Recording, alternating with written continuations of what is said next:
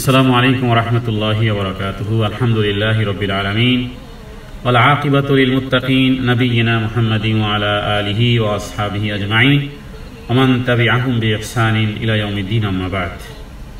যাবতীয় প্রশংসা আল্লাহ সুবহানাহু ওয়া তাআলার জন্যই নির্ধারিত নিবেদিত। আমরা একমাত্র তারই ইবাদত করি এবং তার কাছেই সাহায্য প্রার্থনা করি। আর রবের কাছে আমরা সকলেই যেই বিষয়টির মুহতাজ, সকলেই যেই বিষয়ের মুখাপেক্ষী, আর তা হলো আমরা রবের কাছে হেদায়েত কামনা করি।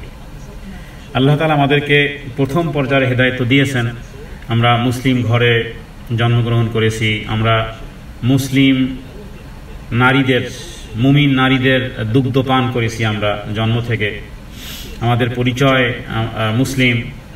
প্রথম এই নিয়ামতটি তো আমরা পেয়েছি। না জানি বিধর্মীদের ঘরে জন্মগ্রহণ করলে এই সুযোগ বা এই তকদির এটা হতো কিনা, মুসলিম হিসেবে, মুসলিম কমিউনিটিতে বা মুসলিম হিসেবে পরিচয় দিতে পারতাম কিনা, সেটা আল্লাহ ভালো জানেন। সুতরাং রবের কাছে শুকর গুজার হচ্ছি, আলহামদুলিল্লাহ করতেছি যে আল্লাহ তাআলা আমাদেরকে মুসলিম পরিবারে, মুসলিম কমিউনিটিতে, মুসলিম দেশে, মুসলিম বাবা মার ঘরে, মুসলিম মায়ের দুগ্ধ পানের মাধ্যমে, যাদেরকে একটা ছোট বাচ্চা বাবা মা যখন সালাত আদায় করে তখন দেখে যে আমার বাবা মা কিছু একটা প্র্যাকটিস করতেছে, হ্যাঁ, যেটা ইমানের বহির প্রকাশ।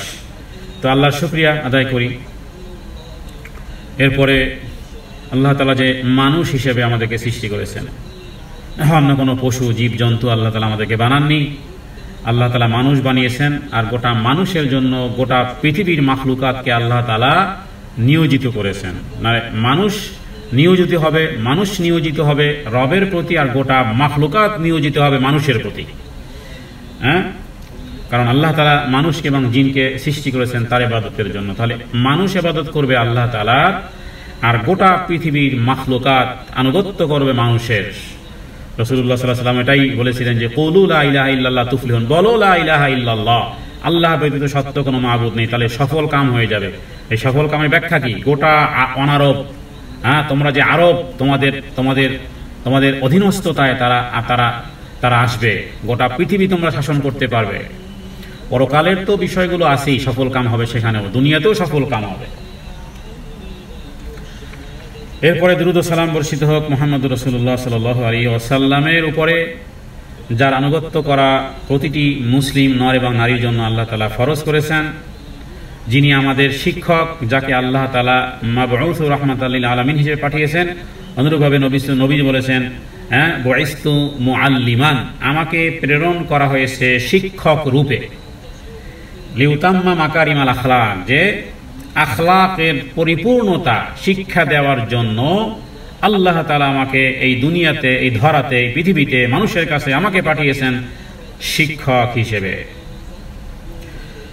যেহেতু আসতেছে রমজান মাস, সামনে আসিতেছে রমাদান, অতএব ইবাদত করার পূর্বে আমরা ইবাদত করব। হ্যাঁ, ইবাদতের মৌসুম। একজন যে ইবাদত করে না, সেও এই মৌসুমি ইবাদতে নিজেকে ইবাদতের মধ্যে নিয়োজিত করে ফেলে। কারণ পরিবেশ সৃষ্টি হয়ে যায় এইভাবে। পাপ পঙ্কিলতা বন্ধ করা হয়, শয়তানকে আবদ্ধ রাখা হয়। তার মানে আসমান এবং জমিনেও একটা পরিবর্তন, মনের মধ্যে এক ধরনের পরিবর্তন, বাহিরে ডানে বামে ইবাদতের একটা মৌসুম সৃষ্টি হয়। ইবাদত আমরা করব, তবে আমরা যেই বিষয়টি বহু আগে থেকে এই তাওহীদ বিষয় আলোচনায় আমরা সন্নিবেশন করেছি, দিল এবং দিমাগে, মাইন্ডে এই সেটআপটা থাকতে হবে যে ইবাদত করার পূর্বে, সালাতের পূর্বে যেমন একজন ব্যক্তিকে ওযু করতে হয়, ওযু নেই, সালাতের আগে ওযু করতে হবে। ওযু ব্যতীত আমি সালাত আদায় করলে সেটা কবুল হবে না। অনুরূপভাবে যত ইবাদত করব, বিশেষ করে রমজান মাসে আমরা যত ইবাদত করব, সমস্ত ইবাদত করার পূর্বে আমি যে বিষয়টি বলবো সেটি হলো আকীদা বিশুদ্ধ করুন। হজ করতে যাবেন, আকীদা বিশুদ্ধ করুন। উমরা করতে যাবেন, আকীদা বিশুদ্ধ করুন। ইবাদত করার আগে, রমজান মাসে ইবাদতের পূর্বে বিশুদ্ধ কোনো দাম দেননি, সেটার ফলাফল আল্লাহ তাআলার কাছে আমরা পাইনি। এবং এই কথাগুলো, এই যে কথাটি বললাম যে ইবাদত করার পূর্বে আকীদা যদি বিশুদ্ধ না করি, এই কথাগুলো কোরআন এবং সুন্নাহ থেকেই আমরা উপস্থাপন আগেও করেছি, আবারও করব, যাতে করে এটি অনুধাবন করতে পারি যে প্রতিটি ইবাদতের পূর্বে যে বিষয়টি সতর্ক থাকতে হবে। এক হলো যে আকীদা বিশুদ্ধ।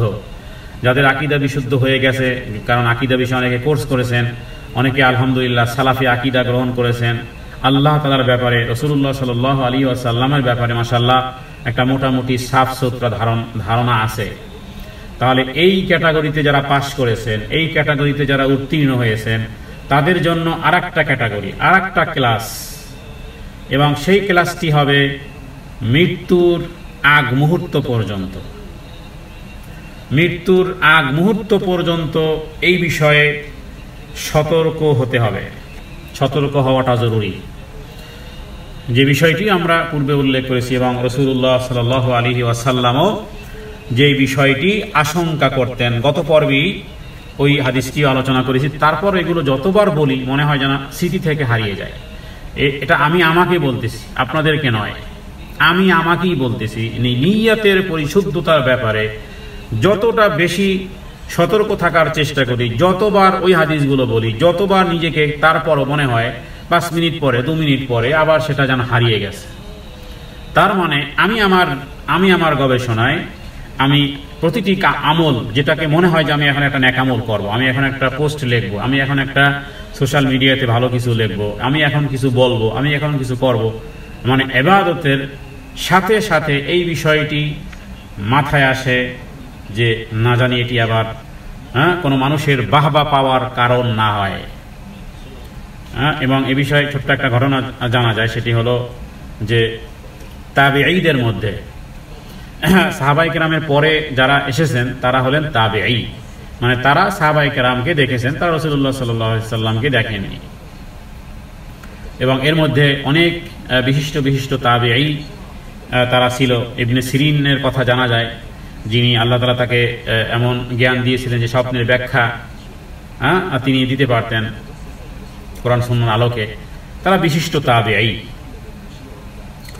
তো একটা জানাজার ক্ষেত্রে যে তিনি একটা জানাজা ইচ্ছা করে মিস করলেন, অথচ জানাজার ফজিলত কত, 2 কেরাত, 1 কেরাত উহুদ পাহাড় পরিমাণ, কখন তখন পর্যন্ত থাকলে 2 কেরাত, মানে 2 উহুদ পাহাড় পরিমাণ, 2 উহুদ কেরাত, 2 উহুদ পাহাড় মানে 4 কিলোমিটার প্রশস্ত আর 8 কিলোমিটার লম্বা। তো এটাকে যদি একটা আমল বানানো হয়, তো এই আমলটা কি পরিমাণ, মানে মোটামুটি উহুদ পাহাড় ওই সময় আরো বড় ছিল। স্বাভাবিকভাবে পাহাড়গুলো তো আস্তে আস্তে কিছু ক্ষয় হয় কিছু। তো এখন উহুদ পাহাড় পরিমাণ একটা জানাজায় অংশগ্রহণ করলে সেখানে ইবনে সিরিন তিনি সেই জানাজাটাকে ইচ্ছা করেই মিস করলেন। যখন তাকে জিজ্ঞেস করা হলো যে এত বড় ফজিলতপূর্ণ একটা আমল, আপনার মতো ব্যক্তি এই জানাজার সালাতটা, যেটা কয়েক কদম হেঁটে গেলেই আপনি জানাজাতে অংশগ্রহণ করতে পারতেন, অথবা মানুষজনও আপনার অপেক্ষা করতেছিল, আপনি জানাজাটাকে ইচ্ছা করে মিস করলেন। তখন তিনি সংক্ষিপ্তভাবে উত্তর দিলেন যে দেখো, আমার নিয়তে ছিল না। সংক্ষিপ্ত উত্তর কি দিলেন? আমার নিয়তে ছিল না। জানাজার সালাত আদায় করতে যাব আমি, অন্য হয়তো বা কোনো বিষয়, মানে তার উত্তরটা ছিল এতটুকুই যে আমার নিয়তে ছিল না। তাহলে আমলের পূর্বে এলেম যেমন জরুরি, নিয়তও জরুরি। নিয়ত যদি কোনোভাবে দুনিয়াবি বৈষয়িক কোনো বিষয় এসে যায়, তাহলে ওই বিষয়টি হয়েছে বাহাবা পেয়েছি, উপহার পেয়েছি, উপটোকন পেয়েছি, মানুষ আমার কথা ভাইরাল হয়েছি আমি, ইত্যাদি ইত্যাদি, ওগুলো সব পেয়েছিও চেয়েছি যাই, পেয়েছি তাই। পরকালে কি? পরকালে শূন্য। তো এটি সবচেয়ে বেশি আতঙ্ক করে, এবং এই আতঙ্ক আমি মনে করি প্রতিটি মুমিন ব্যক্তির, যাদের মাশাআল্লাহ আমল ভালো, আখলাক ভালো, সব কিছু মুআমালা মুআশারা ভালো, আকীদা ভালো, সব কিছু ভালো, এরা কিন্তু এই ক্যাটাগরির থেকে কখনো মুক্ত নয়। স্টিল মালাকুল মউত শিউরের আসার আগ মুহূর্ত পর্যন্ত এটা একটা অ্যালার্ট। এটি আমি আমাকেও অ্যালার্ট করলাম, আপনাদেরকেও অ্যালার্ট করলাম। যত ইবাদত করবেন, যে তিনি হয়তো বা বাহবা দিবেন, তিনি হয়তো বা ধন্যবাদ দিবেন, সে তো দিক, কিন্তু আমি কামনা করি না তার কাছ থেকে ধন্যবাদ, আমি তার কাছ থেকে বাহবা কামনা করি না। আমি মানুষের জুতার মালা কিংবা ফুলের মালা আমি কামনা করি না, তবে ভালো কাজে ফুলের মালা তো আসবেই। খারাপ কাজে জুতার মালা আসবেই, কিন্তু আমি ডাজ নট ম্যাটার আমার কাছে। তো ইবাদতকে পিওরিটি রাখতে, ইবাদতকে ফিল্টারিং করে রবের কাছে গ্রহণযোগ্য রাখতে এই ক্যাটাগরি থেকে যারা দূরে, এই ক্যাটাগরি যারা ভুলিয়ে দিয়েছে শয়তান। কারণ শয়তান জানে যারা দিন প্র্যাকটিস করে এদেরকে দিয়ে শয়তান কখনোই মূর্তি পূজা করাতে পারবে না। কিন্তু বহু বড় ব্যক্তি হোক না কেন, কাবা ঘরের ইমামও যদি হয়, মনের মধ্যে যদি আসে যে আমার তেলাওয়াত গোটা বিশ্বের মিডিয়া শুনবে, হ্যাঁ, দুনিয়াবি বিষয়, সেটা এনিহাউ এনি পারসন যদি দুনিয়াবি কোনো বিষয় আসে, তাহলে কিন্তু আল্লাহ তাআলা সেটাকে গ্রহণ করেন না। তারপর আমরা প্রথম বিষয়টি আলোচনা করব, যেহেতু এই বিষয়টি আমি যেটা শুরু করেছি সেটা হলো যে রমজানের ইবাদত করার পূর্বে আকীদা বিশুদ্ধ করেন। কোরআন সুন্নাহ দ্বারা প্রমাণিত যে ঈমান শুদ্ধ এবং গ্রহণযোগ্য হয় না দুটি বিষয় ছাড়া। এক হলো লা ইলাহা ইল্লাল্লাহ, মানে কি আল্লাহ ব্যতীত সত্য কোনো মাবুদ নেই, এটা ছাড়া যেমন ঈমান হয় না। দ্বিতীয় আর একটা হলো মুহাম্মাদুর রাসূলুল্লাহ বলা ছাড়া ঈমানও পূর্ণ হয় না। আশা করি বুঝাতে পেরেছি। তার মানে ঈমান শুদ্ধ হয় না যতক্ষণ পর্যন্ত লা ইলাহা ইল্লাল্লাহ এটা না হয়, এর সাথে মুহাম্মাদুর রাসূলুল্লাহ না হয়। তার মানে কি পৃথিবীতে বহু ব্যক্তিবর্গ আছে যারা লা ইলাহা ইল্লাল্লাহ মানে, আবার কেউ কেউ আল্লাহকে মানে কিন্তু মুহাম্মদ সাল্লাল্লাহু আলাইহি ওয়াসাল্লামকে মানে না। একই টাইমে, এট এ টাইমে কারো ঈমান গ্রহণযোগ্য হবে না যতক্ষণ পর্যন্ত যে দুই জিনিসের স্বীকারোক্তি তার মনে, হৃদয়ে, প্রাণে, অন্তরে, যতক্ষণ সেও স্বীকারোক্তি না দিবে আল্লাহ ব্যতীত সত্য কোনো মাবুদ নেই, মুহাম্মদ সাল্লাল্লাহু আলাইহি ওয়াসাল্লাম আল্লাহ তাআলার প্রেরিত বান্দা এবং রাসূল, এটা বলা ছাড়া ও হিন্দুই থেকে যায়, খ্রিস্টানই থেকে যায়। এটা স্বীকারোক্তি দেওয়ার মাধ্যমে একজন মুসলিম হয়। তাহলে এই দুটি এর অর্থ জানা যে আল্লাহ তাআলার কাছে আত্মসমর্পণ করা। তাওহীদটা কি আর শিরকটা কি? তাওহীদ হলো নিজেকে আল্লাহ তাআলার কাছে আত্মসমর্পণ করা এবং সকল প্রকার কুফর, সকল প্রকার শিরক, এগুলো থেকে মুক্ত ঘোষণা করা যে এর সাথে আমার কোনো রকমের সম্পর্ক নেই। তো এটা হলো তাওহীদের দাবি, তাওহীদের জ্ঞান এবং তাওহীদের দাবি। ঠিক অনুরূপভাবে কুফর এবং শিরক, কুফর এবং শিরক হলো এমন একটা জিনিস যেটি রন্দে রন্দে ছড়িয়ে ছিটিয়ে আছে, বিভিন্ন জায়গাতে গোপনে গোপনে আছে, এবং এই বিষয়গুলো এতটাই বেশি চর্চা হওয়া প্রয়োজন। কারণ ইতিপূর্বেই যে হাদিসটি এই যে একটু আগেই বললাম, অনেকের কাছে হয়তোবা একই বিষয়ের বারবার উপস্থাপন হয়তোবা কারো বিরক্তও লাগতে পারে, অথবা এমন হতে পারে যে আপনারা এই বিষয়টি বুঝতেছেন না। আমি কি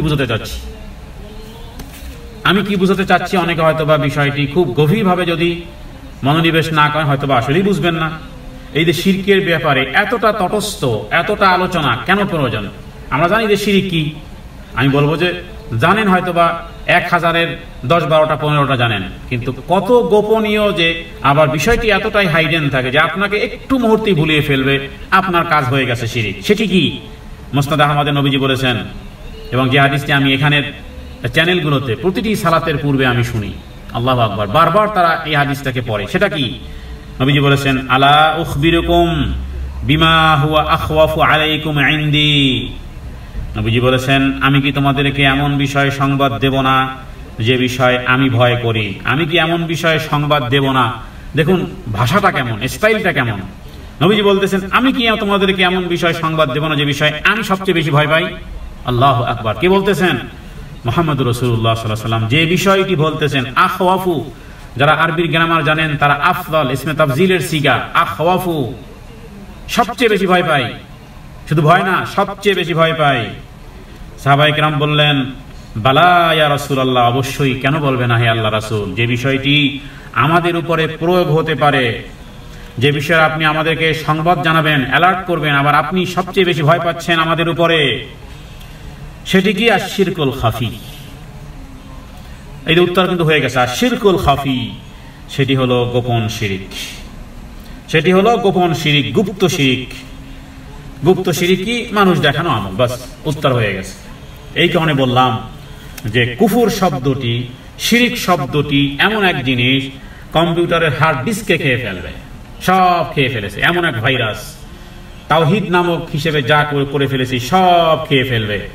অতএব এটাকে সুরক্ষা করা, এটাকে সুরক্ষা করা, এটাকে পরিপাটি করা, এটার তদবির করা প্রতিটি ব্যক্তির উচিত। প্রতিদিন আমরা যে সমস্ত ম্যান্ডেটরি ইবাদত করি, যেমন ফজর থেকে শুরু হয় একেবারে এশা পর্যন্ত, দৈনন্দিন আমরা মানুষের সাথে কথোপকথন করি, দৈনন্দিন আমরা দান সদকা থেকে শুরু করে যা কিছু ভালো কাজ ইন 24 আওয়ার্স আমরা যেগুলো করি, সেগুলোর প্রত্যেকটির পিছনে নিয়তকে যদি পরিশুদ্ধ না করেন, তাহলে সেটা এই জাতীয় এই যে গোপন শিরকের ক্যাটাগরির মধ্যে এসে যেতে পারেই পারে। এই কারণে আমি আবারও সেই আগের কথায় ফেরত আসি যে যেহেতু আমরা রমজান মাসে অনেক ইবাদত করব এবং রমজান কেন্দ্রিক ইবাদতের সাথে সাথে অনেক বিষয় আছে যেগুলো মানুষের সাথে আমরা সম্পর্কিত হব, সেটা সাহারিতে বলেন, সেটা ইফতারিতে বলেন, সেটা আরও বিভিন্ন জায়গাতে বলেন, সেই ক্ষেত্রে যেন শুধুমাত্র নিছক পার্থিব স্বার্থে কোনো কাজ যেন না করি। নিছক পার্থিব স্বার্থে যদি করে থাকি তাহলে সেটি শিরক। অনেক বড় কথা বলিনি বা অনেক বড় কথা আমি বলে ফেলেছি। নিছক শব্দটা ব্যবহার করলাম এই কারণে, অনলি ওয়ান, শুধু দুনিয়াবি স্বার্থ। গত পর্বে আলোচনা করেছি এই বিষয়ে, আরেকটু বিষয় আলোচনা করব ওই বিষয়েরই, কারণ এই বিষয়গুলো এতটাই ছোট, এতটাই সূক্ষ্ম, যদি একটু ডিটেলস বিস্তারিত না বলা হয় তাহলে নিজেরাও বুঝতে পারবো না, আমি নিজেই বুঝতে পারবো না।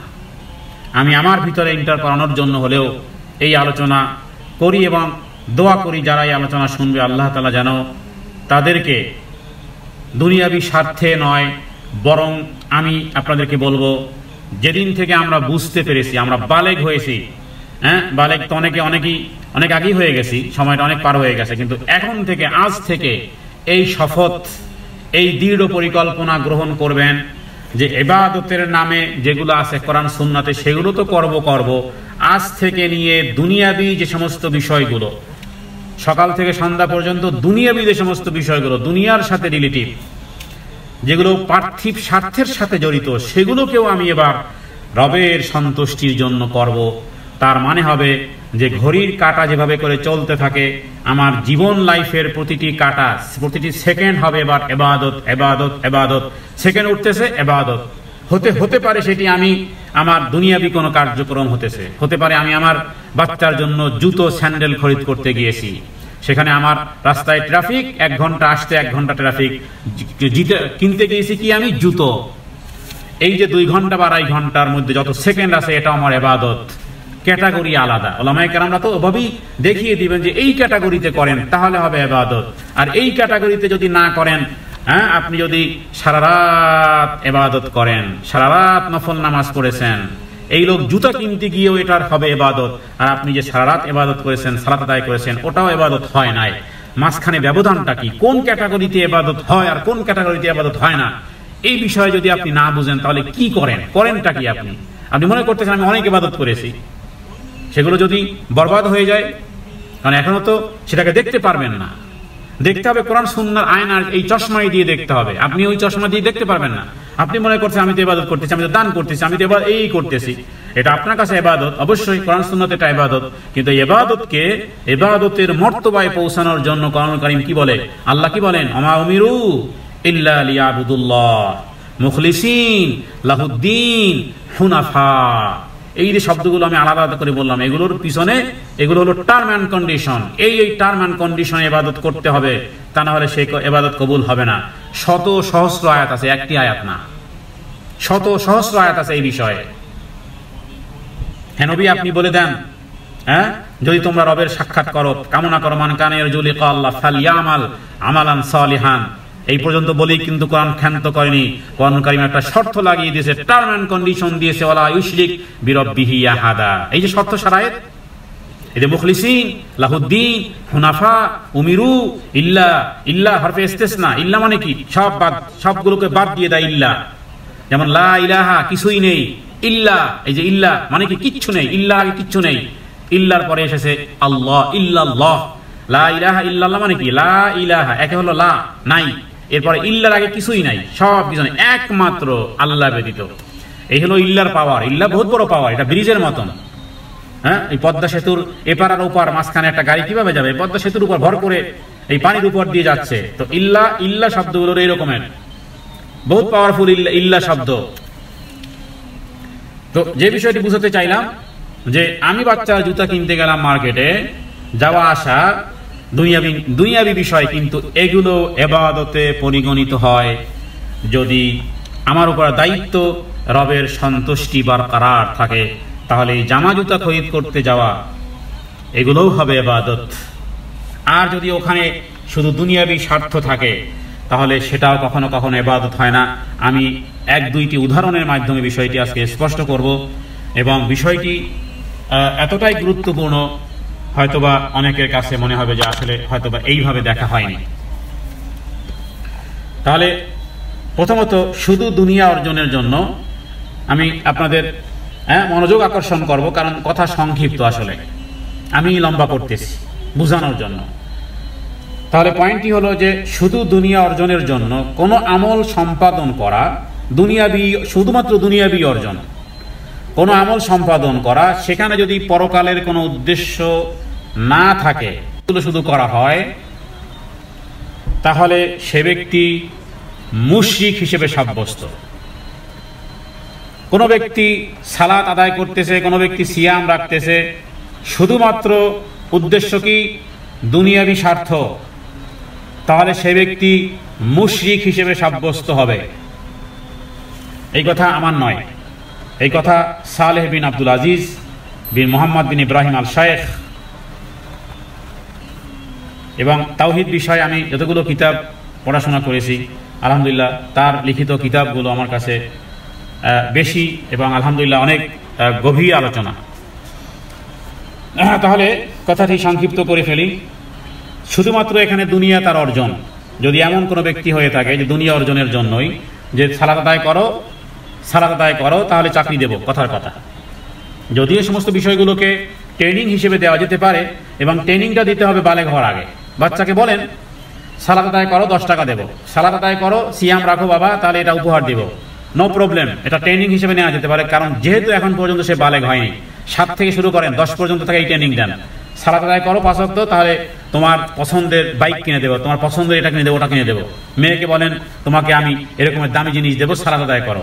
কারণ যেহেতু এটা তার ট্রেনিং, এটা ট্রেনিংমূলক, এবং এই জাতীয় বিষয়গুলো দেওয়া যেতে পারে, এটা একটা ভালো সুফল আছে। কিন্তু আমি আলোচনা করতেছি যাদের উপরে শরীয়তের বিধান এসে গেছে অলরেডি, এখন আর ট্রেনিং তার শেষ, এবার তার উপরে আল্লাহ তাআলা ফরজ বিধান করেছেন, সেই ব্যক্তি যদি কোনো রকমের এই জাতীয় নামাজ রোজা বা ইত্যাদি আমল করে দুনিয়াবি স্বার্থে সম্পাদন করে, সে ব্যক্তি মুশরিক হিসেবে বিবেচিত হবে। এটা হলো এক ক্যাটাগরি। সূরা হুদের গত পর্বে সূরা হুদের 15 নম্বর এবং 16 নম্বর আয়াত থেকে একটু তর্জমা করেছিলাম, যে আয়াতে আল্লাহ তাআলা বলেছেন মান কানা ইউরিদুল হায়াতাদ দুনিয়া ওয়া যিনাতাহা নুওয়াফি ইলাইহিম আমালাহুম ফিহা ওয়া হুম ফিহা লা ইউবখাসুন। যে যারা পার্থিব জীবন এবং জাকজমক কামনা করে, আমি তাদেরকে এই দুনিয়ায় তাদের কর্মগুলোকে আমি অত্যন্ত সৌন্দর্য করে দেই, কিন্তু পরকালে তাদের জন্য কিছুই হবে না, কিছুই থাকবে না। এবং দ্বিতীয় আয়াতে আল্লাহ তাআলা বলেছিলেন উলাইকাল্লাযীনা লাইসা লাহুম ফিল আখিরাতি ইল্লান নার, পরকালে ওদের জন্য জাহান্নামের আগুন ব্যতীত আর কিছুই থাকবে না। ওয়া হাবিতা মা সানাউ ফিহা ওয়া বাতিলুম মা কানু ইয়ামালুন, এবং দুনিয়াতে তারা কিছু আমল আখলাক করেছিল, কিন্তু আল্লাহ সেগুলোকে অকেজ করে দিয়েছেন। এই যে অকেজোর ক্যাটাগরিতে এই যে এক ব্যক্তিকে পাওয়া গেল, দুনিয়াবি স্বার্থে নেকামল করেছে, তাহলে সে মুশরিক হিসেবে সাব্যস্ত হবে। সালাত আদায় করেছে চাকরি টিকানোর জন্য, কোনো নারী সালাত আদায় করেছে এই কারণে যে শাশুড়িকে দেখাতে হবে, কোনো অথবা স্বামীর আদেশ নামাজ না পারলে ঘর থেকে বের করে দেব, সালাত আদায় করতেছে। বিবাহের আগে অনেক সময় দেখা দেয় যে প্রেম প্রীতির কারণে যে তুমি যদি আমাকে বিবাহ করো আমি একেবারে এরকম পাক্কা মুসল্লি হয়ে যাবো, কথা হতে পারে, এক্সাম্পল তো আনতে কোনো দোষ নেই। তাহলে এখানে উদ্দেশ্য কি? কোনো হিন্দু নারী তুমি যদি আমাকে বিবাহ করো তা আমি মুসলমান হয়ে যাব। তো সে যে মুসলমান হচ্ছে কেন? তার প্রতি ভালোবাসায় গদগদ, যে আমি মুসলমান হয়ে যাব তুমি আমাকে বিবাহ করলেই। তো মুসলমান হওয়ার সাথে সে বিবাহ করলো না করলো, টাকা পয়সা পেলাম কি না পেলাম, বিশেষ করে মিডল ইস্টে অনেক ক্ষেত্রে অনেক রমজান মাসে জাকাতের একটা বিশাল একটা অংশ আরবিরা দেয়। কোনো বিধর্মী সে যদি মনে করে যে রমজান মাসে যদি মুসলমান হই তাহলে টাকা পয়সা কিছু পেলাম, তার মানে বুঝাতে চাচ্ছি নিছক পার্থিব স্বার্থে যদি কোনো ব্যক্তি নেকামল করে সে মুশরিক হিসেবে সাব্যস্ত হবে। এটা হলো নম্বর 1 ক্যাটাগরি।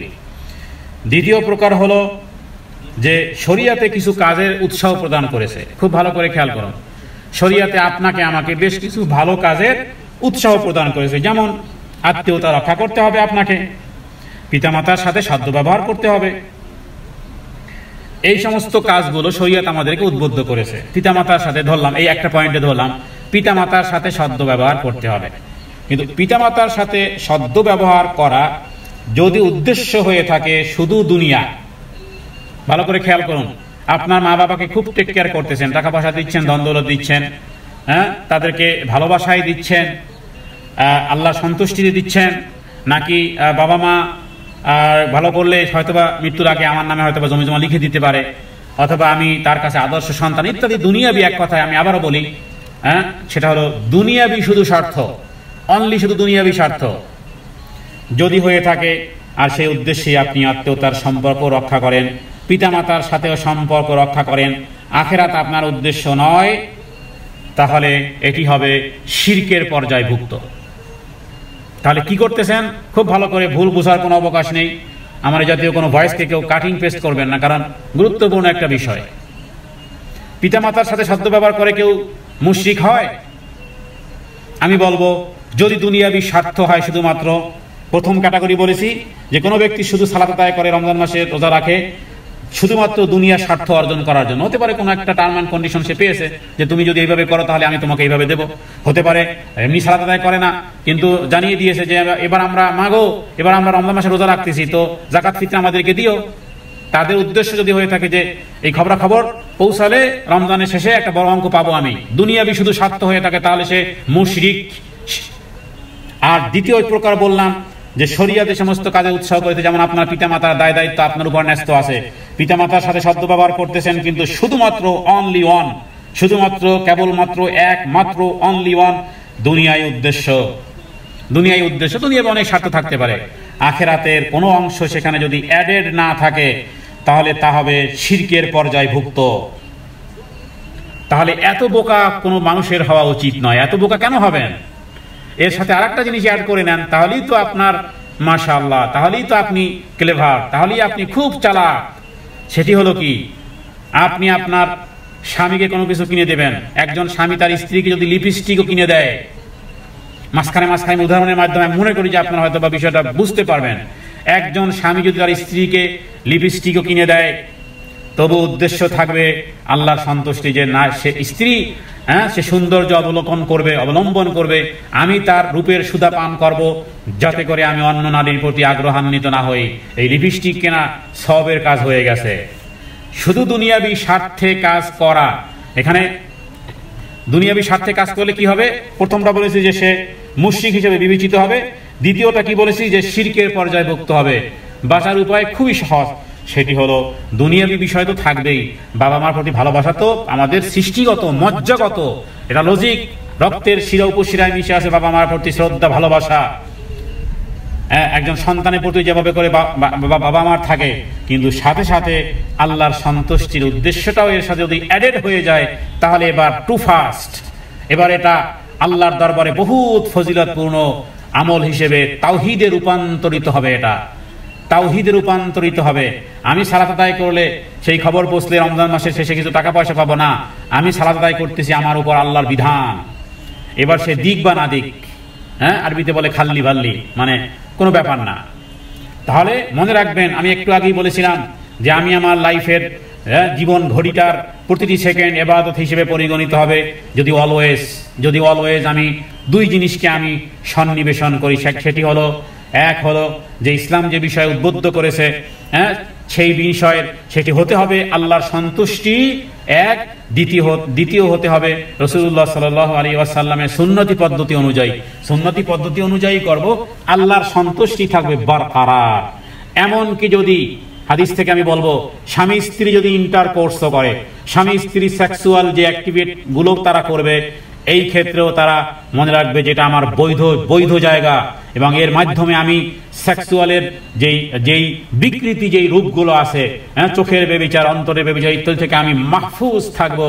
সহিহ মুসলিমের হাদিস, রাসূলুল্লাহ সাল্লাল্লাহু আলাইহি ওয়াসাল্লাম ঘটনা শুনিয়েছেন, তোমরা তোমাদের স্ত্রীদের সাথে যে সহবাস করো সেটাও ফজিলতপূর্ণ। সাহাবায়ে কেরাম বলেছিলেন এটা তো আমাদের শারীরিক চাহিদাই তো পূর্ণ করি। নবীজি বলেছেন এটা যদি অন্যায়ভাবে এই চাহিদা পূর্ণ হয় গুনাহ হতো কিনা? হ্যাঁ হতো। তাহলে সেটা বৈধভাবে করলে কেন হবে না?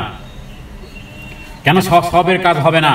এই জন্য আমি বলবো যে দুনিয়াবি শরীয়ত যে সমস্ত বিষয়গুলো উৎসাহ প্রদান করেছে, যেমন বলেছি আত্মীয়তার সম্পর্ক রক্ষা করা, পিতামাতার সাথে সদ্ব্যবহার করা, এই জাতীয় কাজ শুধুমাত্র দুনিয়ার লক্ষ্যে করলে হবে না, আখেরাতের উদ্দেশ্য যখন থাকবে, মানে দুনিয়া এবং আখেরাত উভয়টাই যখন উদ্দেশ্য হবে, সেটা বৈধও হবে, সেটা সওয়াবেরও কাজও হবে, সেটা তাওহীদও হবে, সেটা কোনো রকমের শরীয়তের আর ভায়োলেশন থেকে মুক্ত, সেটি রবের কাছে অ্যাকসেপ্টেবল হলো, গ্রহণযোগ্য হলো, কারণ তার সাথে মিলিয়ে দিয়েছি কি আমি? রবের সন্তুষ্টি। সেই সাথে সাথে এটাও মনে রাখবেন, ছিনতাই করে হাইজ্যাক করে টাকা পয়সা এনে মসজিদ বানালেও কিন্তু আবার হবে না, কারণ সুন্নাহ পদ্ধতি অবলম্বন করা হয় না। সুন্নাহ পদ্ধতিও ঠিক রাখতে হবে, সুন্নাহ পদ্ধতিও ঠিক রাখতে হবে, রবের সন্তুষ্টি, দুনিয়াবি যাবতীয় কাজ। কারণ এই লোক তার সন্তানের জুতো কিনতে মার্কেটে গিয়েছে, এই কারণে এই সন্তানের দায় দায়িত্ব এই বাবা মার উপরে। ওর যদি শরীরে কিছু লাগে, ওর যদি কাপড় চোপড় লাগে, ওর জামা জুতো লাগবে, তো বাবা মা কিনেছে, কে কিনে দিবে? এই জন্যই তো সে মার্কেটে গিয়েছে। আসতে যেতে যে সময়গুলো, কারণ রব তাদের উপরে, পিতা মাতার উপরে যেই দায় দায়িত্ব দিয়েছে, সেই রবের সেই দায় দায়িত্বেরই অংশ বিশেষ সে আল্লাহর সন্তুষ্টির জন্যই তাদের সাথে এই উত্তম আচরণ, সন্তানের সুন্দর অ্যাপ্লাইগুলো, সন্তানের বৈধ আবেদনগুলো আমরা অ্যাকসেপ্ট করব কেন? রবের সন্তুষ্টির জন্য। এবার ওকে যদি আমি অন্য কোনো কিছু কিনে দেই, তাহলে সেটা হবে ইবাদত। ক্যাটাগরি যদি জেনে গেলেন, এই ক্যাটাগরি জেনে যখন অ্যাপ্লাই করবেন, সেটাই হবে ইবাদত। আর ওই লোক তো ক্যাটাগরি জানে না, ও সালাত আদায় করতেছে, সিজদা করতেছে, মানুষ মনে করতেছে। শেখ সাদির ব্যাপারে একটা ঘটনা জানা যায় যে তিনি বাবার সাথে সালাত আদায় করতেছেন, আর কিছু লোক পাশে নাক ডেকে ঘুমাচ্ছে। তো শেখ সাদি বলতেছে, বাবা সারা রাত ধরে আমার নামাজ পড়লাম, এই লোকগুলো কত জাহেল, এরা সারা রাত ধরে ঘুমালো। তো বাবা বললো যে তুমি যদি এই কথা বলে, তো তুমি সব নেকামলকেই শেষ করে ফেললে। সারা রাত নামাজ পড়েছ রবের সন্তুষ্টির জন্য, কাউকে দেখানোর জন্য না। যাই হোক, এটা গল্প হোক বা ঘটনা হোক, মূল আমরা যে বিষয়টি বুঝতে চাই, কোরআনুল কারীমের সূরা হুদের 15 নম্বর আয়াত এবং 14 নম্বর আয়াতের ব্যাখ্যায় এই বিষয়টি ওলামায়ে কেরামগণ এভাবে গবেষণা করে বের করেছেন। কারণ কোরআনুল কারীমে ওইভাবেই বলা হয়েছে, যারা শুধুমাত্র কেবলমাত্র একমাত্র অনলি ওয়ান দুনিয়াবি পার্থিব স্বার্থ যারা কামনা করে, দুনিয়াবি শুধু পার্থিব, এখানেই বাস, অথচ প্রতিটি জিনিসের সাথে পরকালের সম্পর্ক আছে, প্রতিটি জিনিসের পরকালে। বিধায় আমরা ওয়াশরুমে যাওয়া, কথার কথা, প্রস্রাব পায়খানা করার তো দোয়া আছে, সেগুলোও কি দোয়া, সেগুলোও সুন্নাত। তাহলে প্রস্রাব পায়খানা করাটাও ইবাদত হিসেবে পরিগণিত হবে। যেমন কেউ যদি প্রস্রাব পায়খানা করার পরে সে রবের কাছে বলতেছে গুফরানাক, যে হে আল্লাহ আপনি আমাকে ক্ষমা করেন, এবং আলহামদুলিল্লাহ, আল্লাহ শুকুর, তো সুন্নত হয়ে গেল।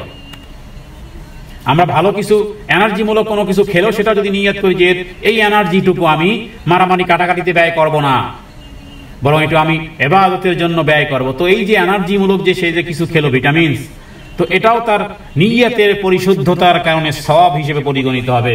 অতএব আখিরাতের ব্যাপারে যারা খুব সতর্ক, এরা এই অ্যাপ্লাইটি সব জায়গাতেই করবে, বিধায় তার সব কিছুই হবে ইবাদত। তাহলে যে ব্যক্তি মাল উপার্জনের লক্ষ্যে, তাহলে ওই ক্যাটাগরির মধ্যে মাল উপার্জনের লক্ষ্যে কোনো ব্যক্তি ভালো চাকরি করার উদ্দেশ্যে সে ব্যক্তি মনে করুন পিএইচডি করতেছে, যে পিএইচডি করলে, ডাক্তার হলে, ইঞ্জিনিয়ার হলে ভবিষ্যতে স্বনির্ভর হব, তারপরে একটা প্ল্যাটফর্মে দাঁড়ানো যাবে, কারণ তাদের ডিমান্ড বেশি, ডাক্তার হলে ডিমান্ড বেশি। তো তার সারা জীবনের পড়াশোনা এখানেই থাকা, এখানেই বসবাস করা, এখান দুনিয়াবি স্বার্থই অর্জন করা। তাহলে ক্লাস 1 থেকে শুরু হলো, সে মাস্টার্স ডিগ্রি পর্যন্ত নিল, তার জীবনের গোল্ডেন টাইমগুলো ওভার হলো। উদ্দেশ্য হলো যে এই যে মাস্টার্স করার পরে, এই ট্রেনিং করার পর, ওটা ট্রেনিং করার পরে আমি তো এইভাবে হব, এরপরে আমার এরকম চাকরি বাকরি হবে। তাহলে এখান থেকে শুরু হলো, সেই 5 বছর থেকে শুরু করে এই 50-55 বছর পর্যন্ত তার শিক্ষা দীক্ষা, যে শুধু যদি দুনিয়াবি স্বার্থে যদি করলো তো রবের কাছে কি পেলে? রব যদি বলবেন যে বান্দা তুমি তো এই করেছো এই ওই দুনিয়াবি স্বার্থের জন্য, তো আমার জন্য কি করেছো?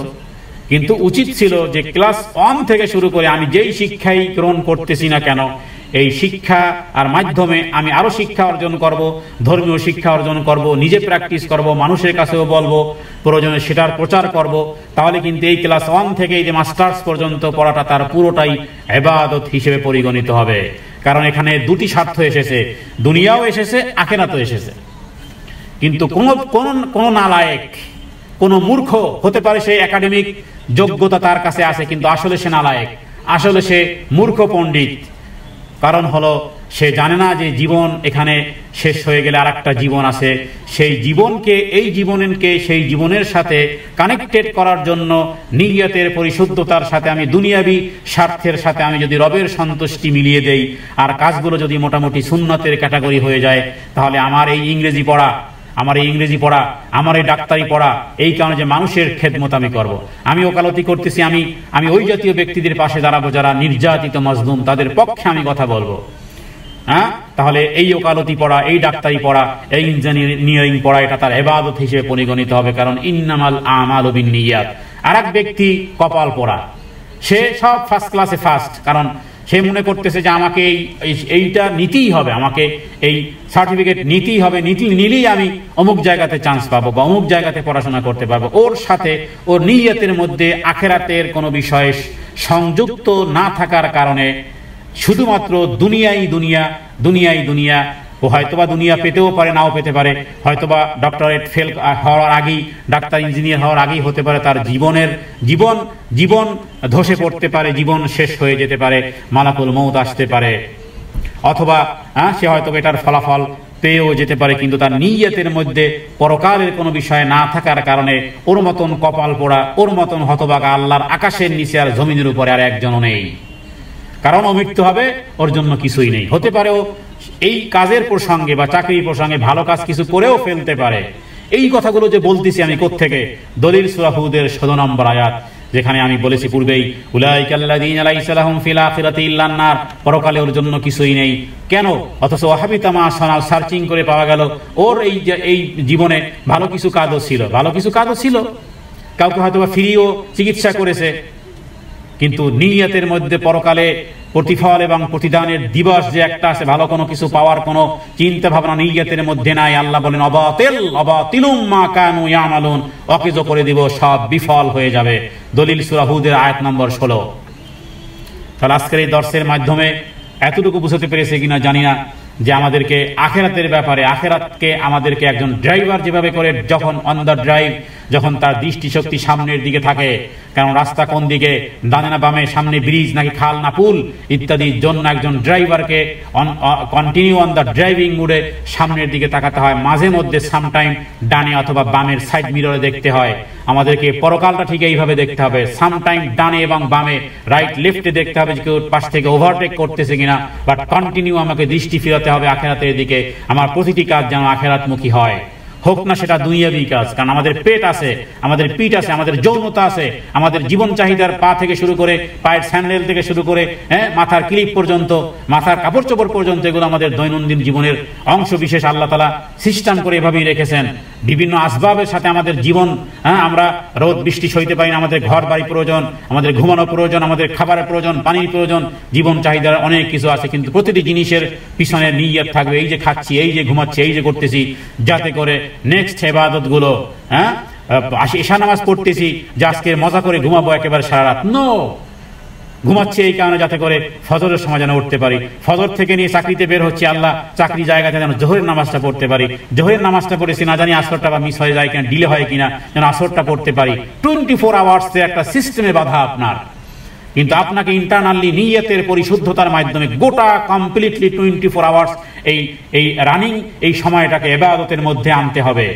বোকা তো তারাই যারা এই আয়াতের মধ্যে আল্লাহ তাআলা যাদেরকে শুনিয়েছেন নিছক পার্থিব স্বার্থে যারা দুনিয়াতে যারা কাজ করবে, সেগুলো শিরিক হিসেবে সাব্যস্ত হবে। নিছক পার্থিব স্বার্থে শুধু নামাজ রোজা করে ও মুশরিক হিসেবে বিবেচিত হবে।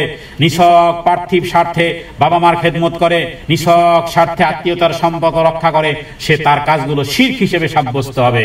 কারণ কাজ করতেছে রবের, ওদিকে সন্তুষ্টি ওই ব্যক্তির। তো রবকে কি বোকা পেয়েছো নাকি?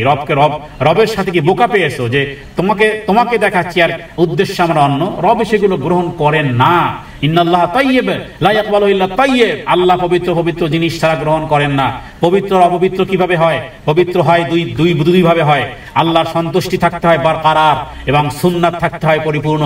তাহলে সেটা রবের সন্তুষ্টির মাপকাঠিতে গ্রেড, সেটা আল্লাহ তাআলার কাছে একেবারে 100% গ্রহণযোগ্য হয়। এই দুই ক্যাটাগরি, এক ক্যাটাগরি যদি এদিক সেদিক হয়ে যায়, দুনিয়াবি স্বার্থ আছে, পরকালে রবের সন্তুষ্টির স্বার্থ নাই, সুন্নাত পদ্ধতি ঠিক নাই, তাহলে সেটা এক্সপাস হয়ে যাবে। সেটা হয় হবে শিরক, হয় হবে বেদাত, অথবা হবে বিভিন্ন ক্যাটাগরির, যার জন্য শাস্তি অবধারিত। মনে মনে হ্যাপি যে বহু কাজ করে ফেলেছি, রমজান মাসে বহু ইবাদত করে ফেলেছি, দুনিয়াবি স্বার্থ করেছে, পরকালে কিছুই নেই, পরকাল 0 দলিল সূরা হুদের 16 নম্বর আয়াত। কিন্তু রমজান মাসে খুব একটা বেশি আল্লাহর ফরজ বিধানে পরে খুব একটা বেশি না করতে পারলেও হয়তো অনেকের আছেন যে অনেক ঘরে সন্তানাদি বেশি, তারপরে স্বামী সংসার, যৌথ পরিবার, শ্বশুর শাশুড়ি ইত্যাদি, মানে রান্না বান্না করতে করতে, ইফতার বানাতে, সাহারি বানাতে ইত্যাদি এই জাতীয় কাজকর্ম করতে করতে, বাচ্চার হাগুমুতো পরিষ্কার করতে করতে, মা আমার সময় পায়নি তসবিহ তাহলিলের, অথবা মা আমার সময় পায়নি সালাত আদায় করার। উদ্দেশ্য যদি ঠিক থাকে যে সন্তান বড় করতেছি, এটা আমার দায়িত্ব, মা হিসেবে আমার দায়িত্ব, ওর পায়খানা প্রস্রাব, ওর হাগুমুতো পরিষ্কার করা আমার দায়িত্ব, আল্লাহ আমাকে দায়িত্ব দিয়েছেন। এগুলোর মধ্যে যদি সে রবকে স্মরণ করতে পারে, তাহলে তো হলো নুরুন আলা নূর। যদি অতটা সময় অতটা ইবাদত বন্দেগী রমজান মাসে নাও করতে পারে, কারণ সংসারে অনেক কার্যক্রম পরিচালনা করতেছে, সে যদি মনে করে যে আমি রবের সন্তুষ্টির জন্য, আমি নীরবভাবে, হে রব তোমার সন্তুষ্টির জন্য এই দায়িত্ব। কারণ ঘরের মাসউলিয়ত কে? ঘরের রেসপন্সিবিলিটি কার উপরে? নারীর উপরে। বাহিরের রেসপন্সিবিলিটি পুরুষের উপরে, ঘরের রেসপন্সিবিলিটি নারীর উপরে। সে যদি রবের দেয়া রেসপন্সিবিলিটিকে যথাযথভাবে আদায় করতে গিয়ে এই মা যদি খুব বেশি ইবাদত নাও করতে পারে, পুরোটাই ইবাদত, ফার্স্ট টু লাস্ট ইবাদত। তাহলে যে বিষয়টি বলতেছিলাম যে আমাদের শুধুমাত্র দুনিয়াবি উদ্দেশ্য করে কোনো কাজ নয়, বরং আমরা আমাদের যাবতীয় দুনিয়াবি কাজ হোক, আমাদের শিক্ষা গ্রহণ হোক, আমাদের চাকরি হোক, আমাদের সুখ স্বাচ্ছন্দ্যের জন্য যা কিছু হোক না কেন, সেগুলোর বিদ্যা অর্জন বলেন, অজ্ঞতা দূর করা বলেন, পিছনে যেন থাকে যে মরার পরে ন্যাশনালিটি মাত্র দুইটাই, আমি কোন ন্যাশনালিটির হতে চাই। তাহলে এই জীবনের এখান থেকে অ্যাপ্লাইটা হবে। কারণ আল্লাহ তাআলা কোরআন কারীমের মধ্যে বলেছেন, ফারিকুন ফিল জান্নাতি ওয়া ফারিকুন ফিস সাঈদ, জান্নাতি না হয় জাহান্নামী। ন্যাশনালিটি দুইটাই, থার্ড কোনো ন্যাশনালিটি নেই, হয় জান্নাতি না হয় জাহান্নামী। তার মানে জান্নাত এবং জাহান্নাম থেকে মুক্ত হতে হবে, জান্নাতে যেতে হবে। অতএব মানুষ দেখানো আমল করে আমি কি পাবো? আমি সৎ কাজ করব রবের সন্তুষ্টির জন্য, আমি আমল করব রবের কাছ থেকে রিওয়ার্ড নেওয়ার জন্য। যদি এই ক্যাটাগরি হয়ে থাকে তাহলে মাশাআল্লাহ। আর যদি এই ক্যাটাগরি যদি না হয়ে থাকে, শুধু নিছক পার্থিব স্বার্থে যদি করে থাকে, সে মুমিনের ক্যাটাগরি থেকেই বের হয়ে যাবে। হোক না সে রমজান মাসে ইবাদত করতে একেবারে টায়ার্ড হয়ে গেছে, বহু ইবাদত করেছে, সিয়াম যেমন রেখেছে, সালাত তেমন আদায় করেছে, মাশাআল্লাহ অনেক ভালো কাজ করেছে, কিন্তু মাশাআল্লাহ টিকলো না। কেন? দুনিয়াবি শুধু নিছক স্বার্থ ছিল। সে হোক না সে দাবি করুক, মুমিন দাবি করলেও সে আর মুমিন থাকবে না। কারণ এরপরেও আমরা বলেছি যে শুধুমাত্র দুনিয়া যদি উদ্দেশ্য হয়ে থাকে, শুধু যে এখানেই ক্ষান্ত হয়ে গেল তা নয়। হাদিসটি না বললে আলোচনা অসম্পূর্ণ থেকে যাবে। নবীজিও বলেছেন, শুধুমাত্র দুনিয়ায় স্বার্থ হয়ে থাকে, তাহলে নবীজি বলেছেন ও তো দুনিয়ার পূজারী। আপনি আল্লাহর পূজারী দাবি করতে পারবেন না। হয়তো বা বলবেন যে না, আমি তো রবের ইবাদত করেছি। আপনি দুনিয়া পূজারী, আপনি সালাত আদায় করেছেন, আপনি সিয়াম রেখেছেন, আপনি ভালো কাজ করেছেন, আপনার যা কিছু শিক্ষার পিছনে রবের সন্তুষ্টি ছিল না, আপনি দুনিয়া পূজারী, বস্তু পূজারী। আপনি রবের ইবাদতকারী নয়, বস্তু পূজারী আপনি। কারণ আপনার স্বার্থ শুধু চেয়ার অথবা চেয়ার, অথবা চাকরি অথবা চাকরি। আপনার শিক্ষা দীক্ষা, আপনার এই একাডেমিক বিভিন্ন সার্টিফিকেট শুধুমাত্র কেবলমাত্র ভালো লাইফ লিড করা, ভালো চাকরি বাকরি করা, এর সাথে পরকালের যে সম্পর্ক আছে রন্দে রন্দে, সেকেন্ডে সেকেন্ডে, সে বিষয়টি গাফেল, শয়তান গাফেল করে রেখেছে, শয়তান ভুলিয়ে রেখেছে। শয়তান জানে কোন ক্যাটাগরিতে ধোকা দেওয়া লাগবে। ইবাদত হচ্ছে দুনিয়াবি স্বার্থ ইন্টার করে দিচ্ছে, বাস আপনি করতেছেন। শয়তান জানে ওর ফলাফল 0, 0 and 0। কিন্তু মুমিন ব্যক্তি সব সময় লড়াই করতে হয় নিয়তের সাথে।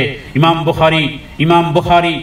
বুখারী উপর আল্লাহ রহম করুক, তাকে জান্নাতুল ফেরদাউসে মাকাম দান করুক।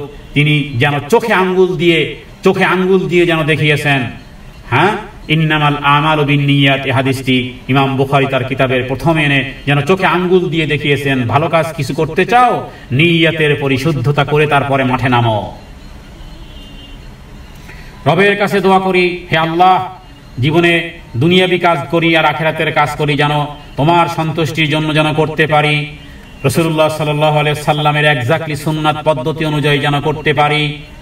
এটা যদি না করতে পারি তাহলে কোরআন এবং সুন্নাহর আলোকে হয় হবে সে মুশরিক, না হয় হবে সে কুফর, তা না হলে হবে বেদাত, অথবা হবে সে ওই বস্তুর পূজারী, ওই ব্যক্তির পূজারী, ওই কোম্পানির পূজারী, ওই সার্টিফিকেটের পূজারী, ওই শিক্ষার পূজারী, ওই ডাক্তারের পূজারী, ওই ইঞ্জিনিয়ারিং এর পূজারী, ওই ক্যাটাগরির ওই পূজারীও। ওর ব্রেনের মধ্যে ওই যে শিক্ষা দীক্ষা গ্রহণ করেছে ওটারই ও পূজারী, ওটারই ও ইবাদতকারী, রবের ইবাদতকারী সে নয়। কারণ ওই ব্যক্তি ওটার জন্যই জান আর প্রাণ লাগিয়েছে, টাকা পয়সা, তার জীবন আর যৌবন ওটার পিছনে এক্সপেন্ড করেছে। আমাকে এই সার্টিফিকেট গ্রহণ করতেই হবে এবং ওই চাকরি করতেই হবে, উত্তম জীবনযাপন লাইফ লিড করতেই হবে, টাকা পয়সা অনেক অনেক কামাই করতেই হবে, আমাকে দামি দামি নামি দামি গাড়িতে আমাকে করতেই হবে। সব কিছুর পিছনে আখেরাত ছিল অ্যাবসেন্ট, আখেরাত অনুপস্থিত, শুধু দুনিয়া। নবীজি বলেছেন তাহলে এই জাতীয় ব্যক্তি ধ্বংস হোক। ওই ব্যক্তি ধ্বংস হোক, তাইসা আব্দুদ দিনারে, তাইসা আব্দুদ দিরহামে, তাইসা আব্দুল খামিসাতে, তাইসা আব্দুল খামিলাতি, হাদিসের শব্দ। কোথায় যাবেন? কোরআন এবং সুন্নাহ থেকে বলয় সৃষ্টি করে দিয়েছে বান্দা বাঁচতে চাইলে দুনিয়া এবং আখিরাত উভয়কে সমান সমান রাখতে হবে। আল্লাহ তাআলার কাছে প্রার্থনা করি বস্তুর পূজারি থেকে, মুশরিকি কর্ম থেকে আমাদের নেকামলকে শয়তান ছো মেরে, এইভাবে নিয়তের বরখেলাফ হলে আমল শয়তান ছো মেরে নিয়ে যায়। আমল সার শূন্য, কাঠামো আছে, ঘরের কাঠামো আছে, ছাদ নাই, ঘর দাঁড়িয়ে আছে, কত বিল্ডিং দাঁড়িয়ে আছে 10 তলা, কোনো দিকে ওয়াল টল করা নেই, মানুষ থাকতে পারে না ওখানে, 10 তলা বিল্ডিং দাঁড়িয়ে আছে একেবারে, ছাদও আছে কিন্তু কোনো দিকে ওয়াল করা নেই, পানির ব্যবস্থা নেই, কোনো কিছু নেই, ওটা বিল্ডিং ওভাবেই পড়ে আছে, অসার শূন্য পড়ে আছে। ঘর যেভাবে করে দাঁড়িয়ে আছে কিন্তু থাকার মতন যোগ্য নয়। নেকামল তো হয়েছে, জীবনে অনেক প্র্যাকটিস হয়েছে, আল্লাহ কিন্তু নিয়তের পরিশুদ্ধতা না থাকার কারণে খোলস হয়ে পড়ে আছে। আল্লাহ খোলস, এই অকেজ জিনিসকে কবুল করবেন না, যে বিষয়টি আল্লাহ তাআলা কোরআন কারীমে সূরা হুদের মধ্যে বলেছেন, ও হাবিতামা সানাউ, ও যা করেছে সেটাকে, হাবিতা মানে কি? বরবাদ করে দেব, হাবিতা মানে অকেজ করে দেব, মা সানাউ, ও যা করেছে, শুধু তাই নয়, ফিহা, ও যা করেছে, অবাতিলুম, বাতিল করে দেব, বাতিল মানে বাতিল করে দেব, বাদ দিয়ে দেব, মা কানু ইয়ামালুন, সে দুনিয়ার জীবনে যা কিছু করেছিল। অতএব এত বোকা যেন আমরা না হই, এত কপাল পোড়া যেন না হই। রবের কাছে প্রার্থনা করি, হে আল্লাহ, দ্বীনের এই জ্ঞানের মাধ্যমে, দর্শের মাধ্যমে আপনি আমাদের নিয়তের পরিশুদ্ধতা করে দেন। হে আল্লাহ, শয়তানের এই জাতীয় নিয়তের উপরে কন্টিনিউ হামলা করার জন্য ওত পেতে বসে থাকে। যখনই আমি নেকামলের চিন্তা করি তখনই ও পিছনে এসে দাঁড়ায়, তখনই ও হৃদয়ের মধ্যে গহিরে ও অন্তরে ও সেখানে জাপটে ধরে। আল্লাযী ইউওয়াসওয়িসু ফি সুদুরিন নাস, ও জানে আমাদেরকে দিয়ে মূর্তি পূজা করাতে পারবে না, ও জানে আমাদেরকে দিয়ে সালাত পড়বো না, সিয়াম রাখবো না, ইবাদতবন্দি করবো না, এই সমস্ত জায়গায় এসে ও কণ্ঠনালী চাপতে পারবে না। কিন্তু হৃদয় এমন জায়গাতে চাপতে পারবে, আমার আমল হবে, নেকামল হবে, সিয়াম হবে, সালাত হবে, যাকাত হবে, রমজান মাসে উমরা হবে, হজ হবে, দান হবে, চেপে বসে আছে দুনিয়াবি নিছক স্বার্থ, রবের সন্তুষ্টির কোনো স্বার্থ নাই। ও জানে এই পদ্ধতিতে মানুষকে বহু হামলা করা যায়, পরকালে দেখবে 0 রবের কাছে প্রার্থনা করি, হে আল্লাহ, নিছক পার্থিব কোনো স্বার্থে যেন দুনিয়াবি কোনো আখিরাতের কোনো কর্ম যেন নিছক পার্থিব স্বার্থে না করি। হে আল্লাহ, আপনি আমাদেরকে দুনিয়ারও উত্তম কিছু দান করেন, পরকালের উত্তম কিছু দান করেন।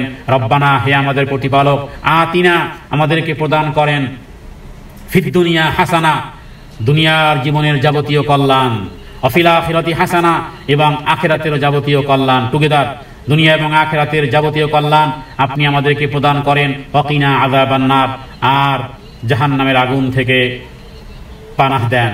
হে আল্লাহ, মানুষের বাহবা, মানুষের ধন্যবাদ যেন আমাদেরকে বিচলিত না করে, সেটা পাওয়াটাই যেন উদ্দেশ্য না হয়ে থাকে, বরং উদ্দেশ্য যদি হয়ে থাকে, তুমি যেহেতু কথা বলার শক্তি দিয়েছো, তুমি জ্ঞান দিয়েছো, তুমি বর্ণনা শিখিয়েছো, যাবতীয় প্রশংসা হে আল্লাহ তোমারই জন্য, শুধুমাত্র একমাত্র তোমারই জন্য। আলহামদুলিল্লাহি রাব্বিল আলামিন। হাযা মিন্নি ওয়াল ইলমু ইনদাল্লাহ। আল্লাহু আ'লামু বিস-সাওয়াব। ওয়া সাল্লাল্লাহু আলা সাইয়্যিদিনা মুহাম্মাদিন নবিয়্যিল উম্মি ওয়া আলিহি ওয়া সাল্লাম। আসসালামু আলাইকুম ওয়া রাহমাতুল্লাহি ওয়া বারাকাতুহু।